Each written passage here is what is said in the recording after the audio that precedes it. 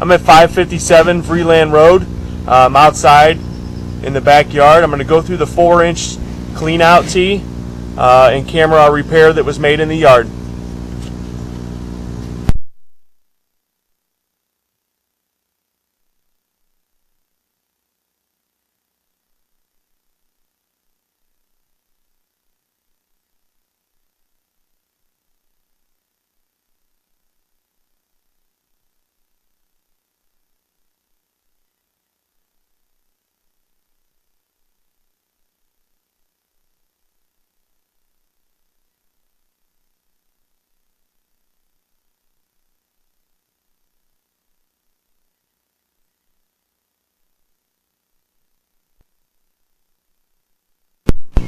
Okay, I ran some water to clear the lens off. We can get a better look at this one.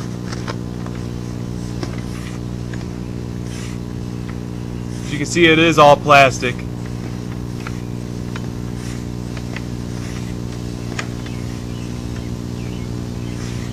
Right here is where the repair was made.